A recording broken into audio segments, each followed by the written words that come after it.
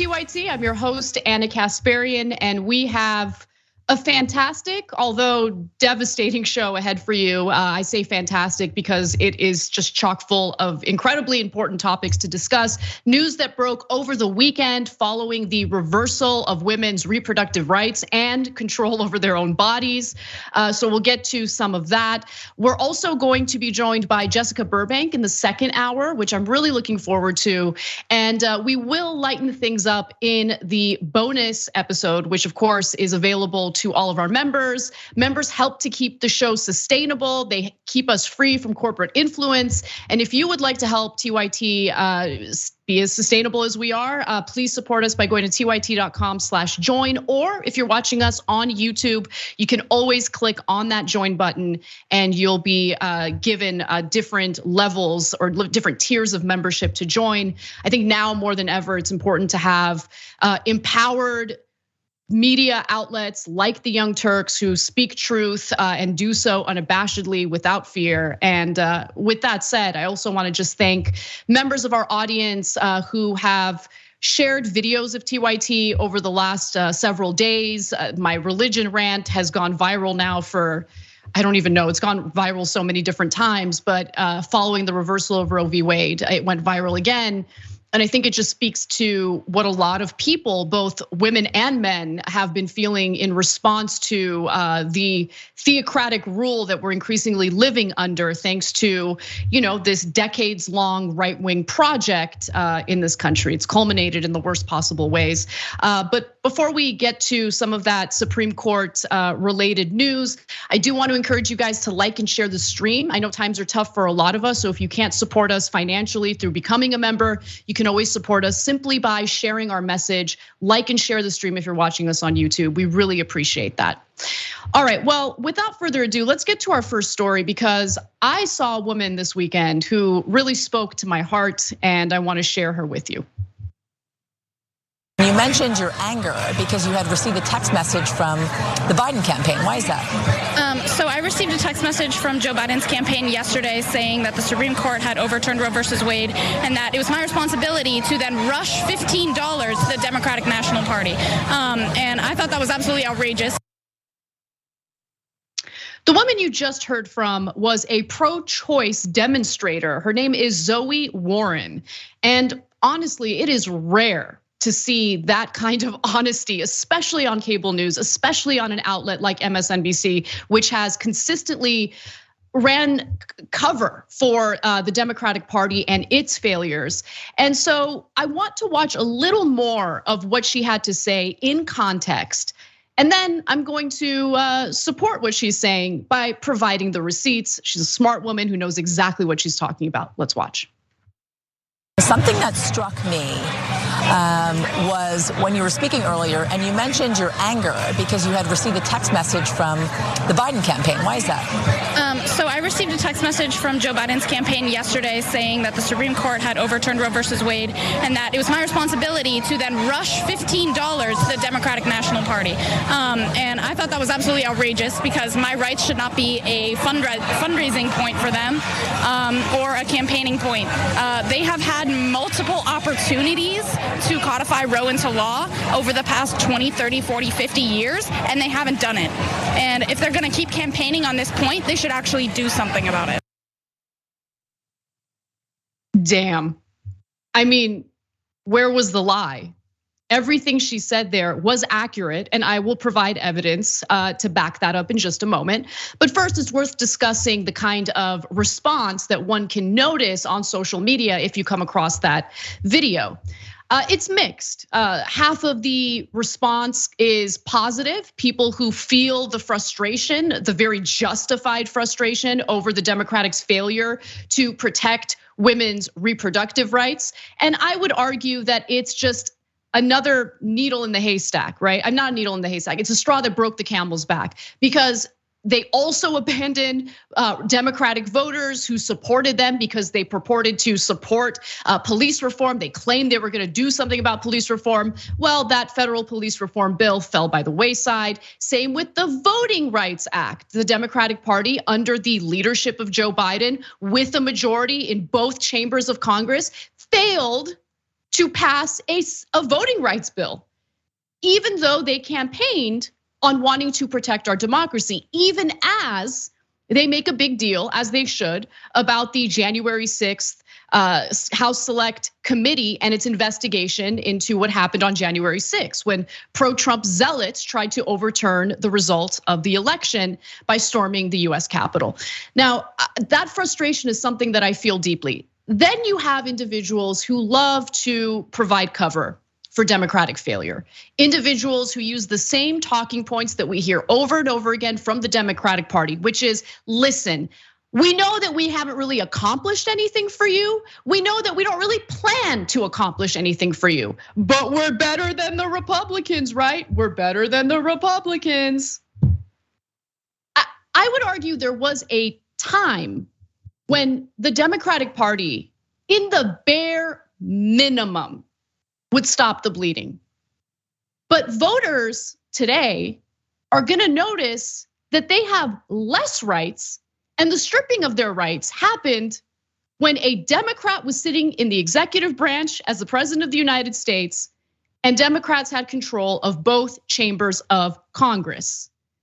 Ordinary Americans are not interested in hearing about arbitrary Senate rules like the legislative filibuster. Ordinary American voters are just gonna notice, hey, is my life better or worse under Democratic leadership? And to be quite honest, it feels like we still have Republicans in charge. And the response we've gotten from Democratic leadership following the reversal of Roe v. Wade tells you everything you need to know about how ineffective and impotent this party really is. Now, before I get to the fundraising numbers, for all the critics of Zoe Warren, an incredible young woman, you might wonder, well, what's her plan? What's her plan? What's her plan? She doesn't want to support Democrats. What's her plan? She's actually quite articulate in regard to what we should do when it comes to electoral politics, which I've argued on this show is not the end all be all. But let's hear a little more from Zoe. It seems like you have obvious anger towards the Democratic Party because you feel as if they've missed chances to codify Roe up until this point, and then here we are. What does that mean for you when it comes to the midterm elections and getting more Democrats elected to move forward with trying to codify Roe? Well, when it comes down to the primaries, which I think are coming up in the next couple months, it means that we need to get as many people to the polls as possible to vote for more progressive Democrats. We need to get the old white Democrats out of office and put in new, younger people who will actually defend the rights of women and people all over this country. And then when it comes to midterms, we need to make sure that we have those same people who voted for the progressive people in the primaries coming back to the midterms and voting again, and making sure that these more progressive Democrats get into office and can actually make the change that we need. Gotta say, strong, intelligent women like Zoe Warren give me life. Give me something worth fighting for in a country that increasingly is trampling over our rights. Now, I wanna add some evidence to what she's saying here, because she's furious, as anyone should be, over how Democrats have both failed to accomplish what they have campaigned on, including the bare minimum of protecting our rights, and their attempts to essentially fundraise off of this, right? The amount of money they've managed to fundraise off of this after the draft opinion was leaked more than a month and a half ago. What have they done since then? They have fundraised. In fact, in just a few days following the leak of that draft opinion, which is a massive red flag, a warning sign indicating that Roe would be reversed, Democrats raised $12 million after Supreme Court leak of draft abortion opinion. Let's get into some more details on that. As The Hill reports, Act Blue, a small donor fundraising initiative that supports Democratic candidates, reported the $12 million was raised from the time of the leak, which was on a Monday night, through midnight on Wednesday. Okay, so over the course of 2 days, they raised $12 million from individuals who were like, what can we do to stop this? Okay, iceberg, straight ahead, what can we do to stop this? And the Democratic Party, of course, they sent their fundraising emails. The situation's dire, we gotta support the Democratic Party. And unfortunately, some unfortunate souls thought that this opposition party to the Republicans would actually do something effective with that money. But no, they actually ended up using that money to support anti-choice candidates, including Henry Cuellar in Texas. More on that in just a moment. But the Democratic National Committee's website, by the way, this is after the leak, now includes a pop-up for quick donations that reads, quote, "There's never been a more important time to fight for reproductive rights and elect Democrats in every corner of the country who are ready to do the same, but we can't do that without you. So please give us your money. Give us your money so we can help Representative Henry Cuellar, a conservative anti-choice Democrat, get reelected, even though there is a progressive running against him, even though that's a tight race and there's a good chance she could win, Jessica Cisneros. But no, Democratic leadership did not endorse the progressive challenger to this conservative Democrat. They did quite the opposite.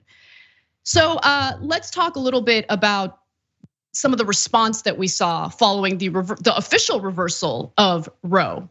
Well, first off, the Biden administration is not at all interested in expanding the Supreme Court to make it less ideological. So a lot of left-wing pundits, activists have been calling on the Democratic Party to expand the Supreme Court, to dilute the conservative activist majority. But Biden's like, nah, I can't do that, I can't do that. Okay, what about doing away with the legislative filibuster that Biden has cited, that the Democratic Party has cited over and over again as the excuse for why they have failed to accomplish a damn thing, even though they have a majority? Is he willing to do away with that legislative filibuster? Is he willing to, at least in the minimum, reform it? And remember, the legislative filibuster means that you need 60 senators to vote in favor of legislation in order for it to pass. Meaning anything we care about will be blocked in the Senate. Is Biden willing to do a damn thing about that now, knowing that women's reproductive rights are not constitutionally protected as a result of this right-wing theocratic Supreme Court? No, he's not willing to do that either. So in other words, he's willing to do jack, but donate money to him. Because what? He's gonna give a sleepy speech? He's gonna call on Congress to do what he knows Congress cannot do as long as a legislative filibuster is in place? No. Let's go to Clyburn. What's Clyburn up to? Well, let me just note, Jim Clyburn, is the House Majority Whip who also endorsed Henry Cuellar in Texas, allowing Henry Cuellar, the incumbent conservative Democrat, to win in his reelection bid, even though there was a progressive challenging him who would have been far better. Did I note, by the way, that Henry Cuellar is currently under investigation for shady dealings with the Azerbaijani government? Seems like that could be a little bit of a liability in the general election, but it's okay. Clyburn and Pelosi decided to endorse that goon instead. But let me give you more. So Dylan Wells tweets, just asked Whip Clyburn about the Dobbs decision. It's a little anticlimactic, he says. I think we all expected this, and I'm hopeful, I have to read the decision to see exactly the extent to which we can move legislatively to respond to it. Hey, ladies, Democratic leadership thinks the reversal of Roe, the reversal of your ability to make decisions about your own body, was anticlimactic. Donate money to that guy. Because what? What is he gonna do with it? Help support more conservative Democrats who are under FBI investigation for shady dealings with the foreign government? Is that where the money's gonna go? And as we know, that is where the money went. At least a portion of that money. Now, I want to fast forward to just how common this kind of failure is. And the Democratic Party gets very touchy over this type of critique toward Barack Obama, former President Barack Obama, because the fact of the matter is, back in 2009, he had a supermajority. First 2 years of his first term, he had a supermajority, meaning that even that legislative filibuster in the Senate was no biggie. He had enough Democratic senators. But then what happened? Well, in 2007, Obama said something really, really interesting. Okay, this is campaign Obama. We got to make that distinction. Let's actually go to the video, guys, okay?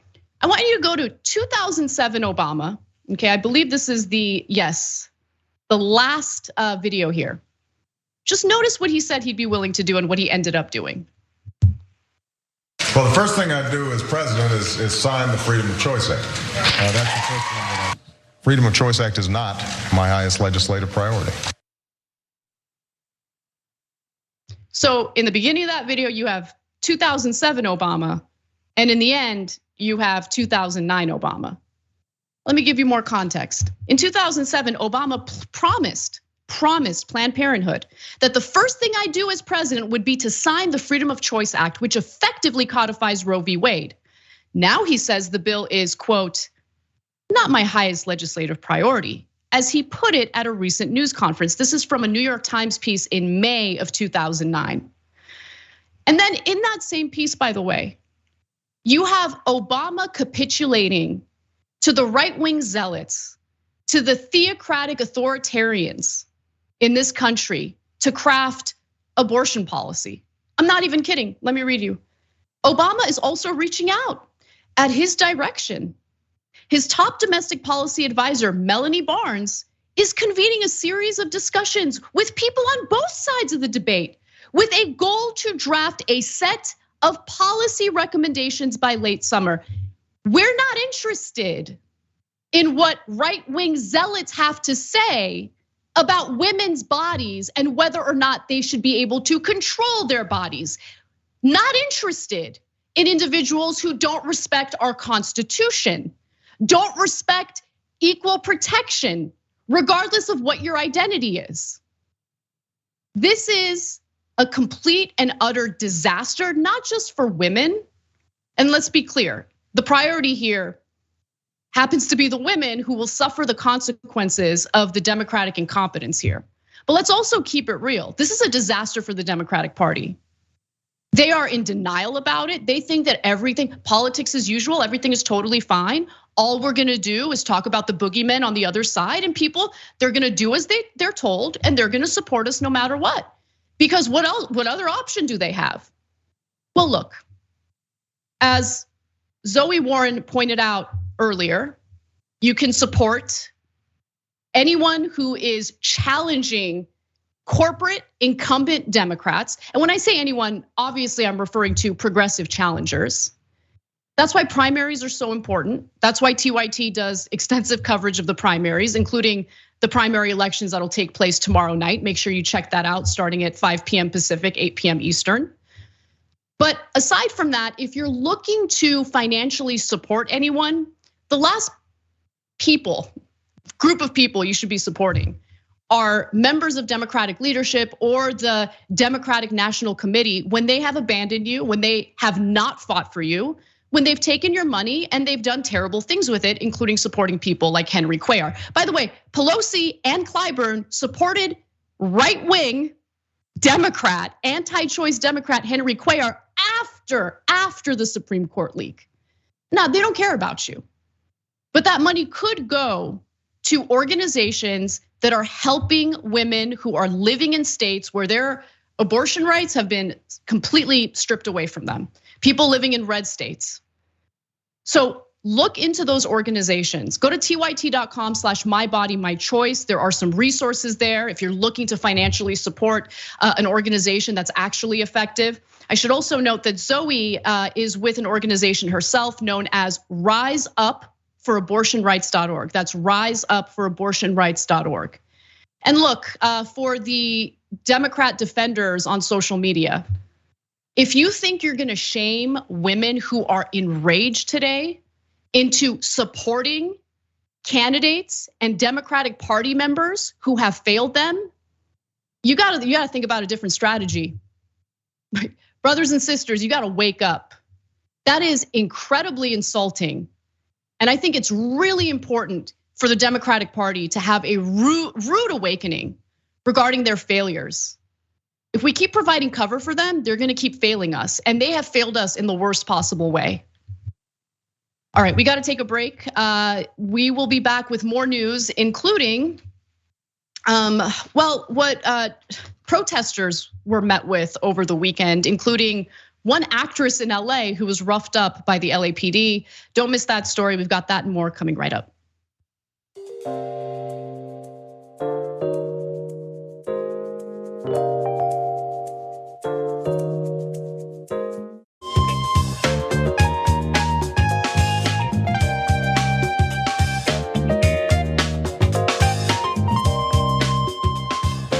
Just want to read one super chat before we go to our next story. It's from Moondragon, who says of Zoe Warren, that is the protester we were talking about earlier in the show. It's like that protester watches TYT. Good for her telling Joe's campaign to stick it. Yeah, I don't know if she watches TYT, but her argument was very TYT-esque, and it felt good to hear it on another platform. It felt good to hear it, especially on a cable news channel like MSNBC. So I really want to thank her from the bottom of my heart, because that kind of message is important to get to the Democratic Party. And I know for a fact that Democrats are paying attention to outlets like MSNBC. So I have no doubt they've heard that message. And thank you to Alyssa Young, who sent a super chat as well with the comment right on Anna. Really appreciate everyone's support. All right, well, let's move on to how the protesters were treated over the weekend, because it was not good.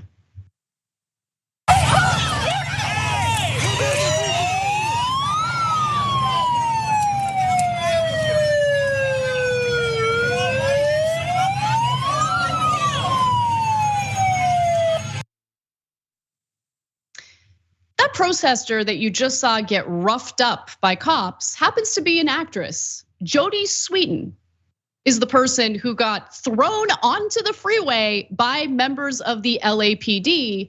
So in other words, Stephanie Tanner from Full House apparently was such a threat to cops that they decided to grab her and throw her onto the freeway, where protesters were protesting the reversal of Roe v. Wade, meaning that constitutional protections for women's reproductive rights have been done away with.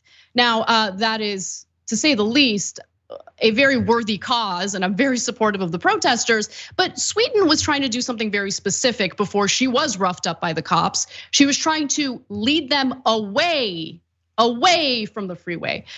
She was trying to lead a group of peaceful protesters away from the freeway. LAPD, what are y'all doing? And this is a tweet from Mike Aide.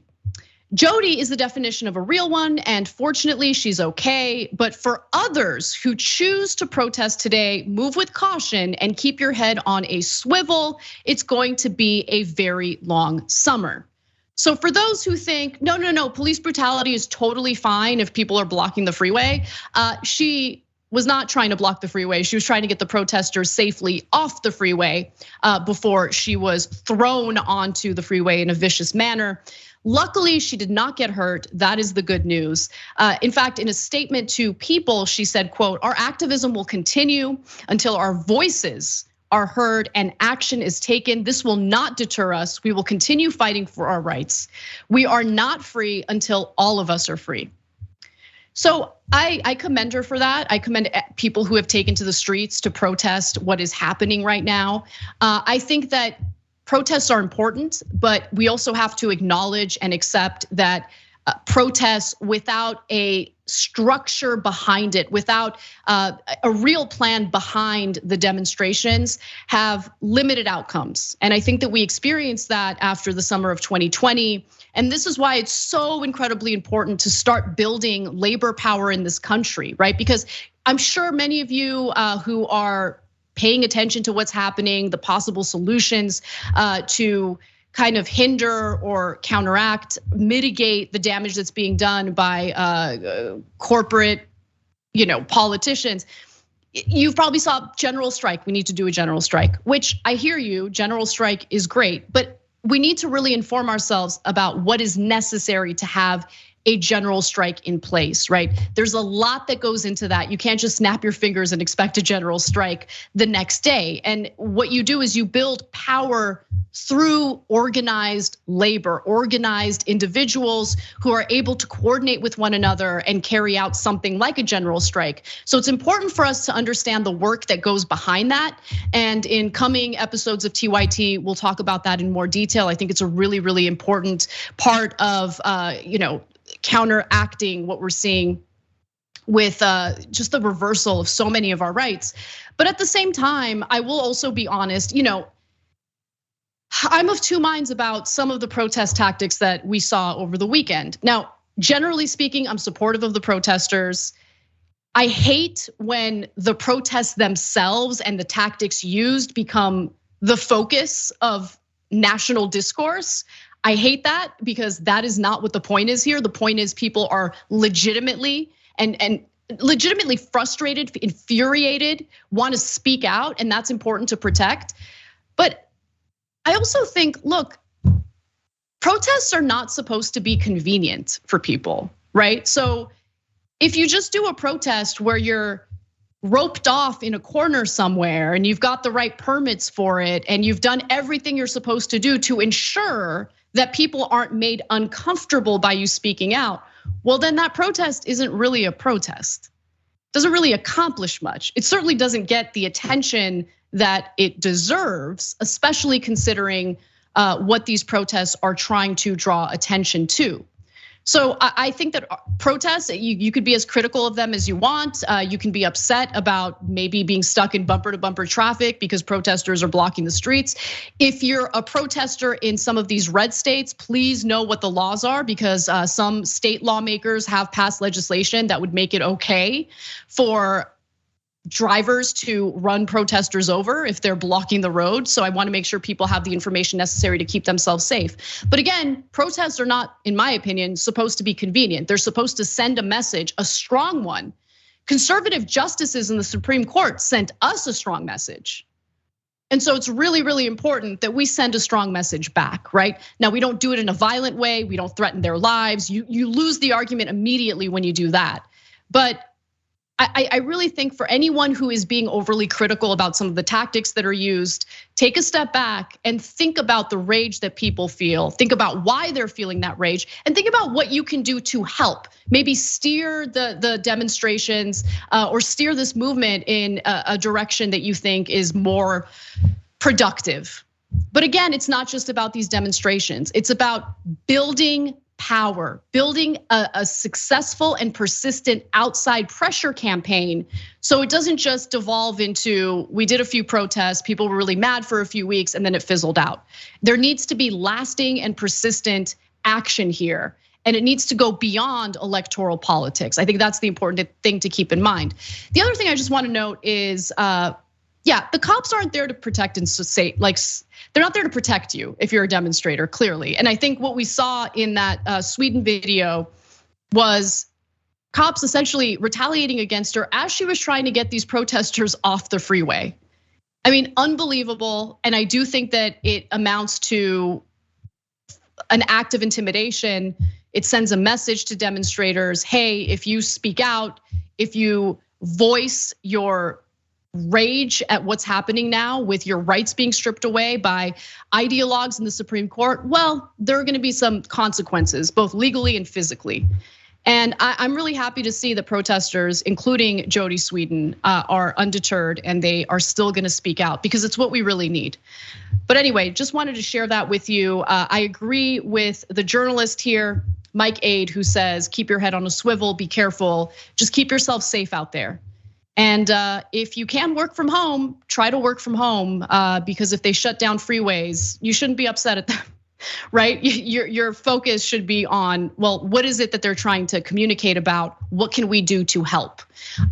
Because again, you might think it's not a big deal if it's just women's reproductive rights, but Clarence Thomas is making it very clear that he wants to reverse other constitutional protections that give, say, gay couples the right to marry. He wants to take another look at media libel laws.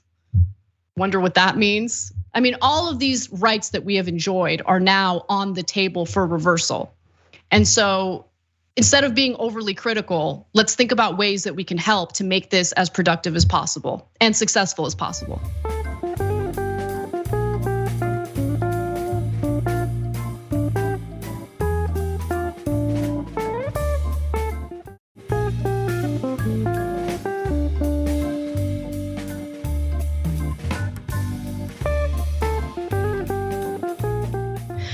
All right, well, let's move on to our next story. want to talk about these Nazis that we have in Congress, unfortunately. Let's do it. President Trump, on behalf of all the MAGA patriots in America, I want to thank you for the historic victory for life in the Supreme Court yesterday.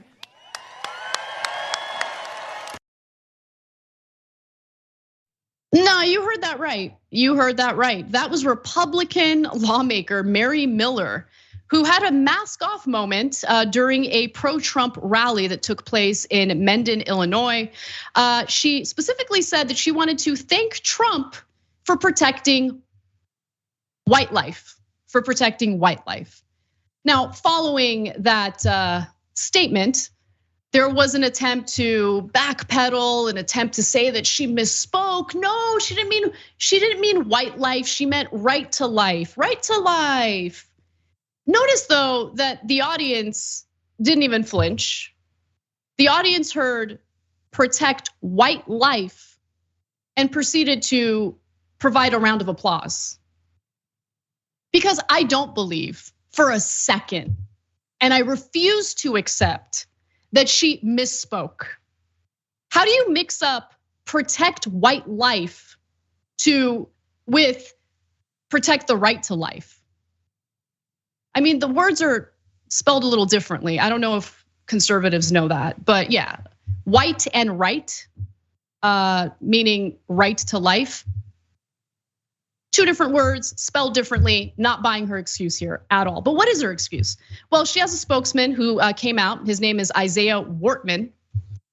He said the Illinois Republican misread her prepared speech and was supposed to declare the divisive court ruling a victory for the right to life. You can clearly see in the video, she's looking at her papers and looking at her speech. Yeah, but even if she's looking at her papers, as I explained, how do you mix up those two words that are spelled differently? Like, it just doesn't make any sense. And how do you explain the pro-Trump crowd in that rally in Illinois continuing to clap, even though she clearly said protect white life? And this feeds into what has been a rallying cry for right-wingers in this country. The conspiracy theories about white replacement.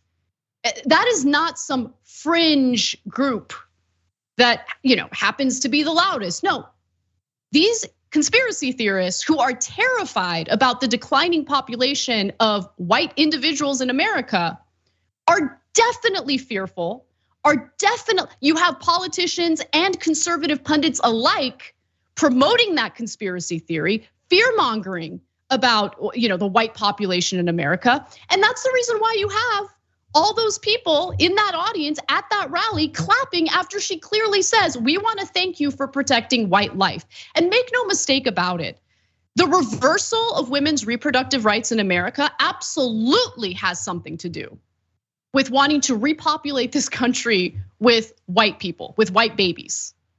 So for all the white women out there who love to support the right-wing movement, love to vote for right-wing politicians, can't go a night without watching Tucker Carlson, they want to force you to have forced pregnancies. You're part of their master plan. You are considered a second-class citizen who does not have the right to make decisions, medical decisions about her own body, without the government getting involved, without you being surveilled. You're just seen as a vessel for their white repopulation of this country. They see in the future mass deportations. They've already taken asylum seekers and legal means of immigration to a minimum, to a standstill at the border, with the help of the federal courts, of course. This is why elections do matter, especially when it comes to a president's ability to appoint federal judges and Supreme Court justices. This is not a mistake. I don't want anyone, I'm tired of them gaslighting us, guys. We cannot let them gaslight us. Don't accept whatever excuses they throw at you, because you have to take this moment that we saw in this one rally and to put it in a broader picture of what we've been experiencing with Republicans in this country. In fact, let me give you more, because Miller has said some other super problematic things in the past, including the fact that last year she was forced to apologize after quoting Hitler. She quoted Hitler at a Moms for America event in Washington. Hitler was right on one thing. He said, "Whoever has the youth has the future," Miller said during the rally. I wonder what she meant by that. Her remark just 2 days after she was sworn in as a House member led to calls for her resignation on social media from Democrats. And she later apologized, saying, quote, "I sincerely apologize for any harm my words caused and regret using a reference to one of the most evil dictators in history to illustrate the dangers that outside influences can have on our youth." You know, the dangers that I'm concerned about, the dangers on our youth, typically come from the right wing in America, typically come from the Republican Party. You know, these are individuals who purport to care about human lives, want to protect human lives. Oh my God, we care about those zygotes and those fetuses so much, those embryos, we got to protect those embryos. It's all about the right to life. But the Republican Party is pretty vicious when it comes to their austerity measures. When they want to protect the corporate interests who fund their campaigns, who provide the donations for their campaign coffers, those are the people they want to protect. And in order to do that, that would mean they have to keep cutting taxes on the rich.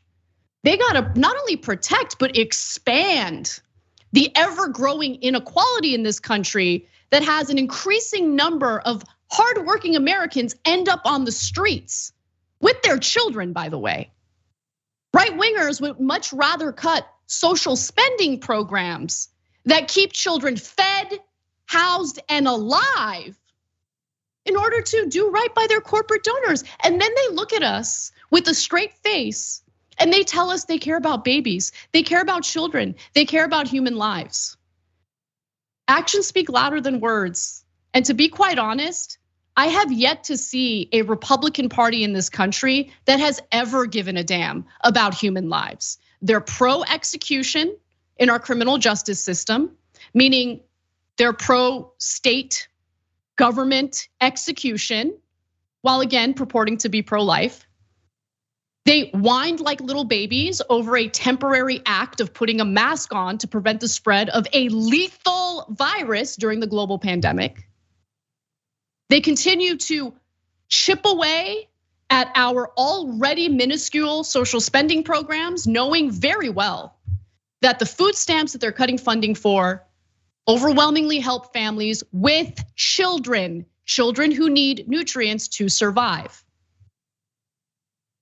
These people are monsters. They have shown us over and over again that they're monsters. So when they tell you who they are, believe them. And when they try to backtrack because there's a little bit of backlash, give them the middle finger because they're lying to you. Stop letting them gaslight you. They're telling us who they are. We should believe them. All right, we got to take a break. We'll be right back.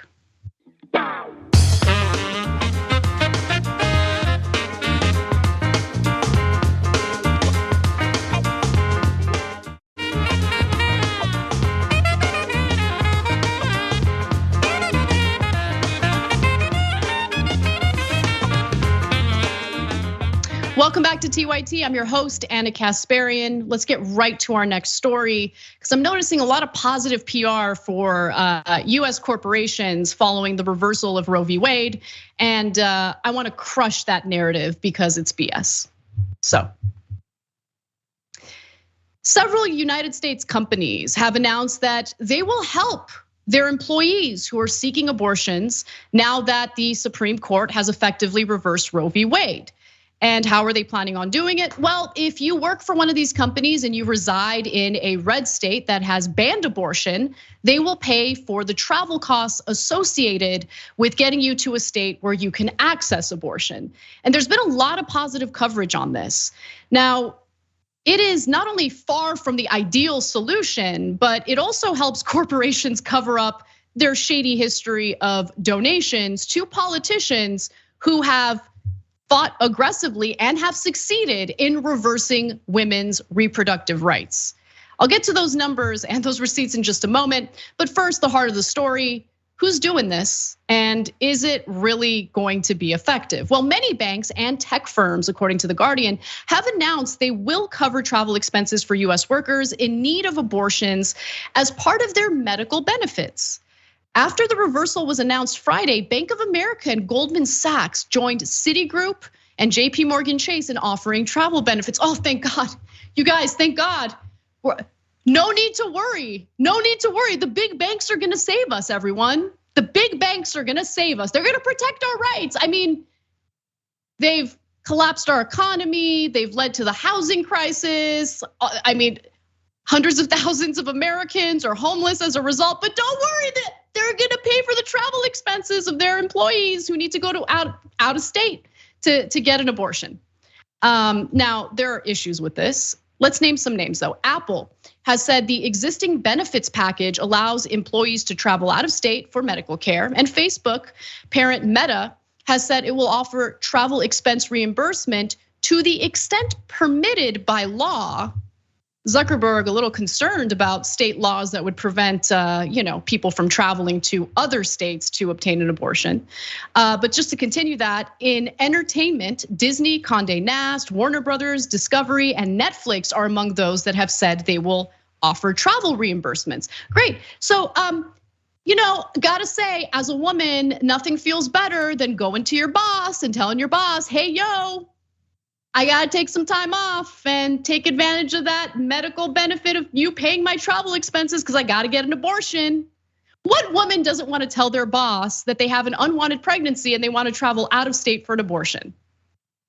Let me just say, I live in California, luckily, and so far there isn't a federal ban on abortion, which is likely to come once Republicans have control of Congress and the presidency.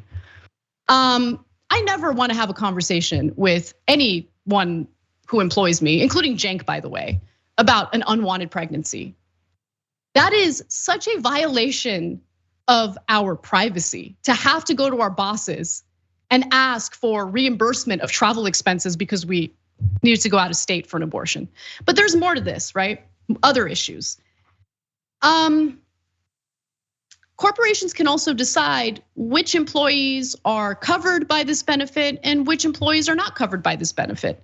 Starbucks said, for instance, it will reimburse abortion travel expenses for partners enrolled in its healthcare plan if a legal provider isn't in the partner's state of residence or within 100 miles of their home. But there are exceptions, but it added that it could not make promises of guarantees about any benefits for unionized stores. You guys, I mean, fair, right?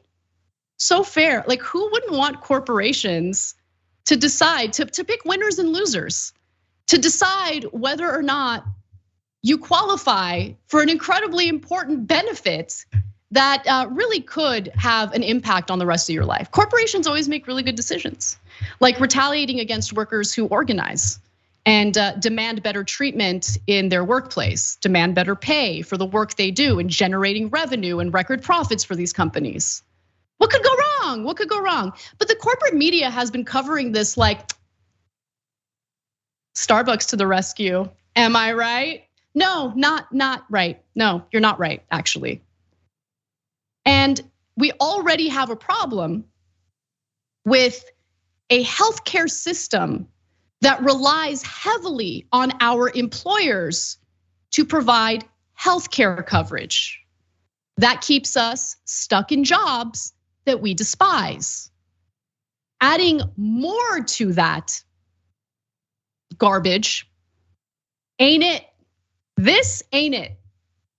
Now, let's also talk about the final reason why. I would argue the biggest reason why these companies don't deserve any credit or positive PR. It's because they got us into this mess in the first place through their financial backing, their financial support of politicians who have succeeded in putting a structure in place, including federal judges and the United States Supreme Court, putting these judges in place to strip us of our rights. What do I mean? Well, let's take a look at Bank of America, who they donated to as an organization. Kevin McCarthy. $10,000 from Bank of America. David Perdue, another Republican, $8,500 from Bank of America. Ooh, Steve Scalise, Republican from Louisiana, $5,000 from Bank of America as an organization. You've got that turtle goon, Mitch McConnell, Senate Minority Leader, $2,500. And then Liz Cheney, $2,500. These are all anti-choice zealots who have been supported by the very bank that now claims we're really gonna take a stand for women here.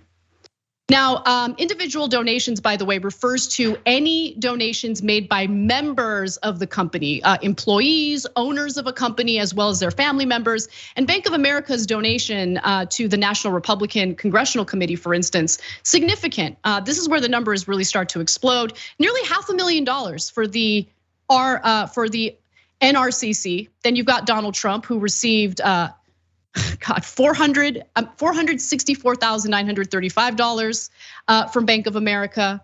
You've got Lindsey Graham, who also received $46,924. Oops, I skipped the RNC, which received $229,140. Same with Walt Disney. Okay, take a look at this list of individuals in the Republican Party who received Walt Disney money from the organization. You've got Doug Collins, Lindsey Graham, Mitch McConnell, Rick Scott, Marco Rubio, all anti-choice zealots who don't want women to have the ability to make decisions, the legal ability, constitutionally protected ability to make decisions about their own bodies. And again, just like with Bank of America, the numbers explode when you take a look at how much they have donated, how much Walt Disney has donated from individual donations to America First Action, God, 10.5 million. Republican National Committee, $667,224. Donald Trump received $128,747. You guys get the picture. Like, they created this mess. Now, they did it not to strip women of their reproductive rights. They did it because they wanted to save taxes. Because in corporate America, in a country that is ruled by corporate interests, that is the number one priority. Corporate profit reigns supreme. Never mind your concerns about democracy being dismantled by the very individuals who received that money in the first place. Never mind the fact that their money funds politicians who want to strip us of our rights and very transparently, candidly tell us they want to strip us of our rights. They want to then turn around and get a round of applause for paying for travel expenses. If women feel comfortable, if their female employers feel comfortable asking them for permission, no cookies for you. Again, they created this mess, no cookies for you.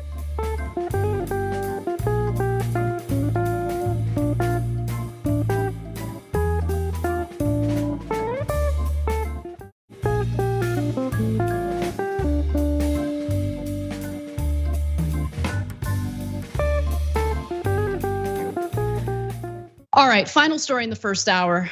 This is probably my favorite story of the day. We need a little bit of comedic relief, ladies and gentlemen, so let's get right to it.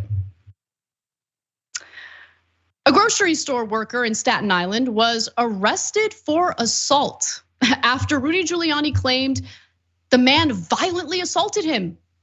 But it turns out that video evidence, surveillance of the incident doesn't really show what Rudy Giuliani claims happened.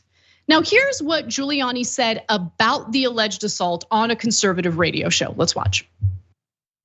All of a sudden, I feel a shot on my back, like somebody shot me.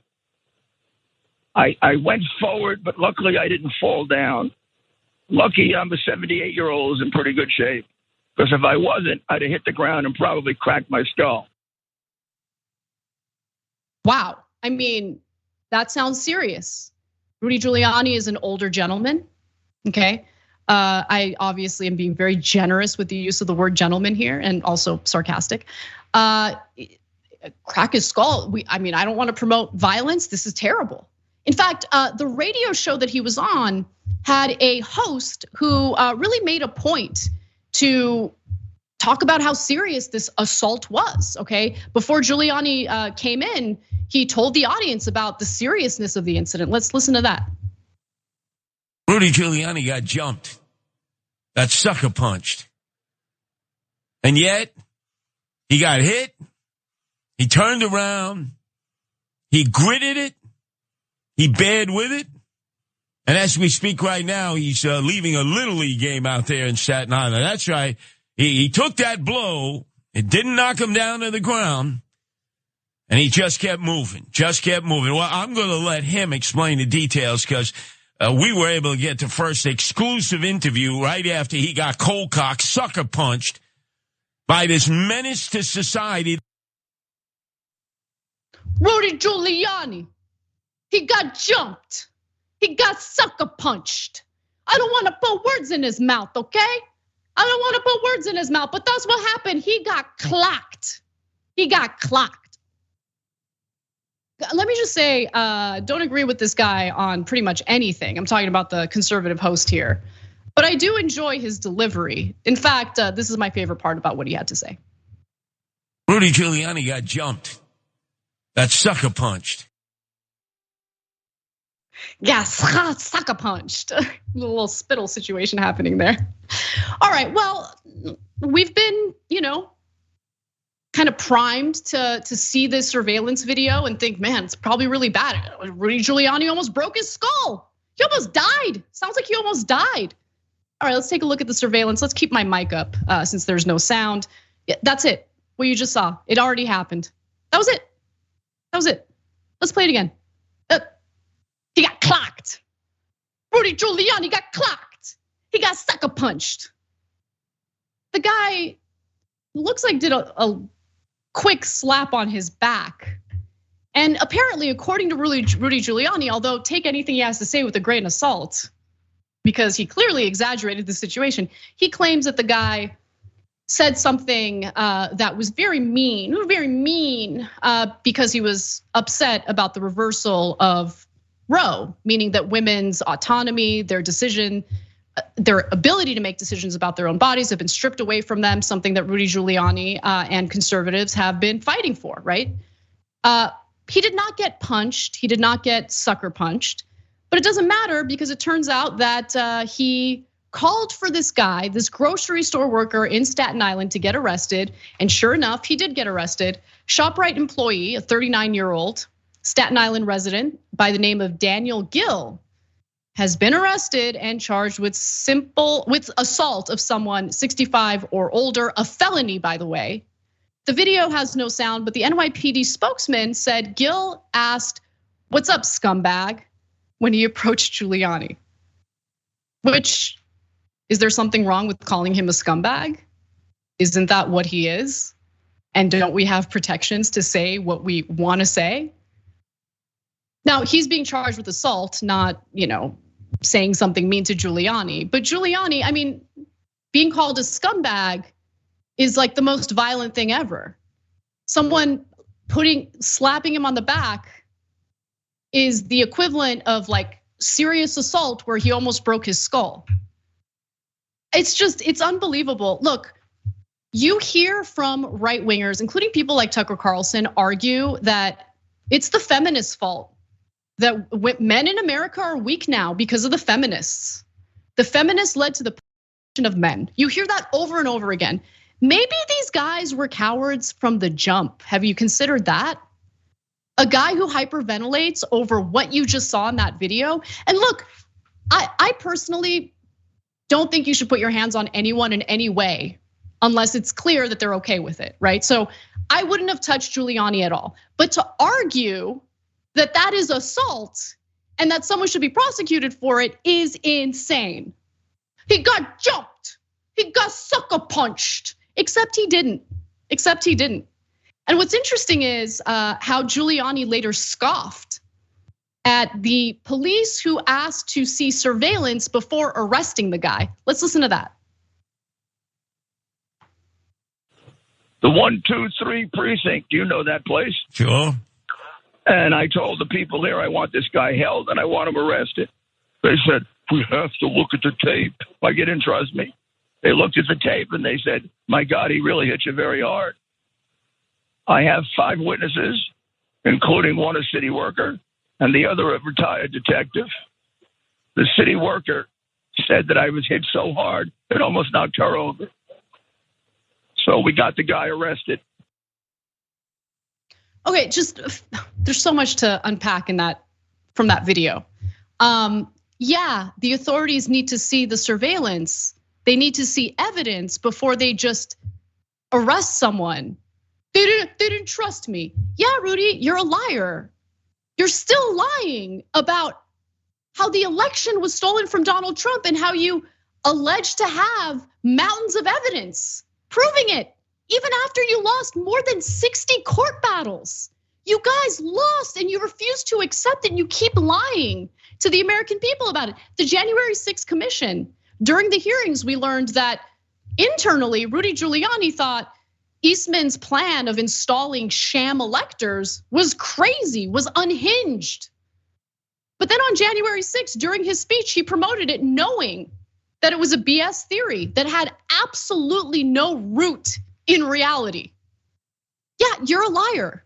And even if he wasn't a liar, even if he wasn't known for being a lunatic liar, yeah, the authorities need to see evidence. They need to see evidence before they just arrest someone.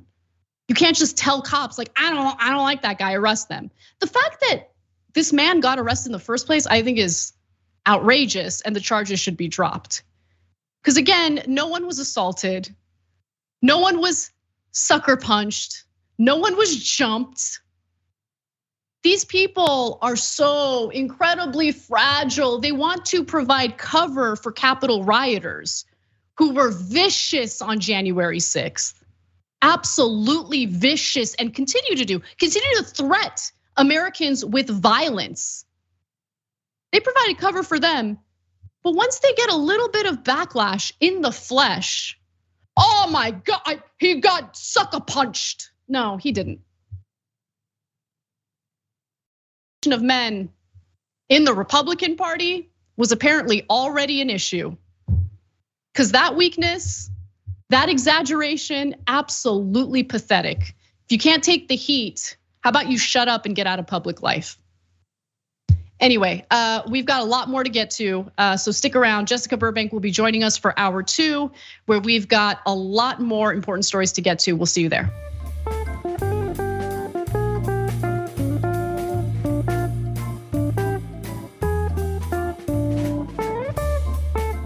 Thanks for listening to the full episode of The Young Turks. Support our work, listen ad-free, access members-only bonus content, and more by subscribing to Apple Podcasts at apple.co/TYT.